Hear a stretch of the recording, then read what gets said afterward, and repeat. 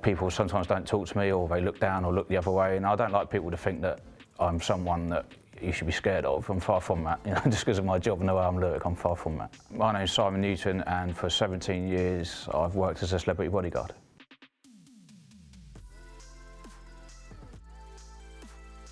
The most famous ones really are in the supermodel world, Bella Hadid and Kendall Jenner.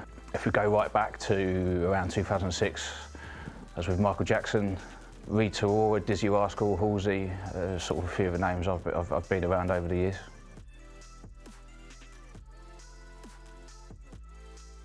Oh, there's quite a few things. I think there's a lot of sort of ideas of what a bodyguard to people is, and actually the guys are probably far more intelligent than what people realise in terms of planning and how they go about doing things on a daily basis, and the work ethic and the hours they put in. People sometimes don't talk to me, or they look down or look the other way, and I don't like people to think that I'm someone that you should be scared of. I'm far from that, just because of my job and the way I'm look, I'm far from that. You see me on the red carpet, maybe being packed as well, but that's 2 minutes of what could be a month-long job. You get up before them, you go to bed after them, that could be an 18-hour day you've just knocked out there.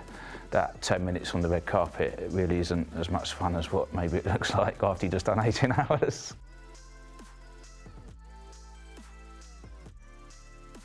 No, not at all. I mean, bodyguards are in all different shapes and sizes. I've got a number of people that work for me, female, male, big, short, small, tall. No, you really don't. It's the same when it comes to, have you got to be a black belt in martial arts? No, you haven't. You just got to be security aware. We do like sort of a military or police background normally. If you're from a close protection background in the military or police, even better. But no, bodyguards come in all different shapes and sizes.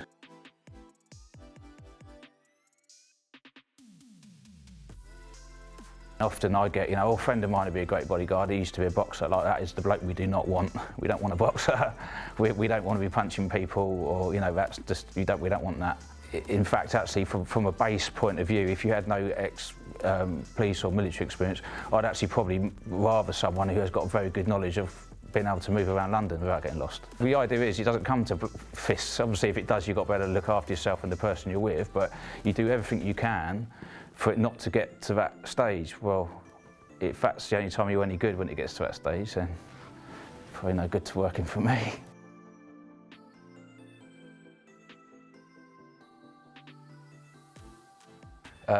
No, you don't, and the reason why you don't is because when you're with them, so when you look after someone, you're there before they wake up normally, and then you don't go to bed until after they've gone to bed, because you're there with them all the time in the daytime.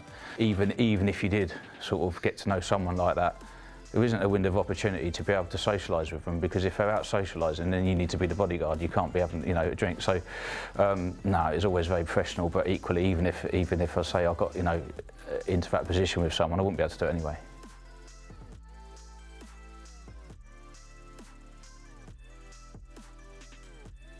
So I used to be in the military. I was in Iraq in 2003, and at the time private security firms had started operating in Iraq in 2003 around that time, and I got offered a job providing I left the military to go and work back in Iraq as a private security contractor, and that's kind of because the money was slightly better than what I was getting in the army at the time, and I went and done that, and that's pretty much how I started.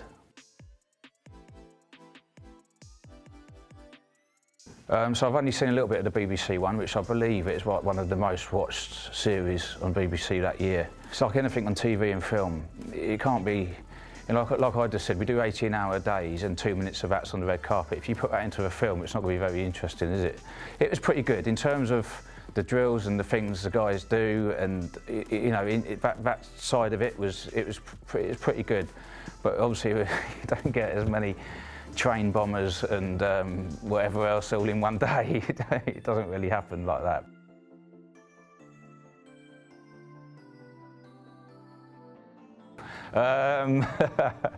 Some were more awkward than others, but do you know what? In the UK, in some of the other countries, there are a lot. UK are actually not too bad, and what I did find was, if you treat them the right way, they will treat you the right way.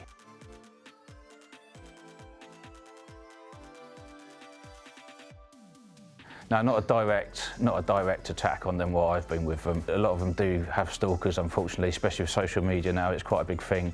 You always have to keep an eye open for things like that. But no, I never had like a direct, any sort of physical or not even a verbal attack really once I've been with someone.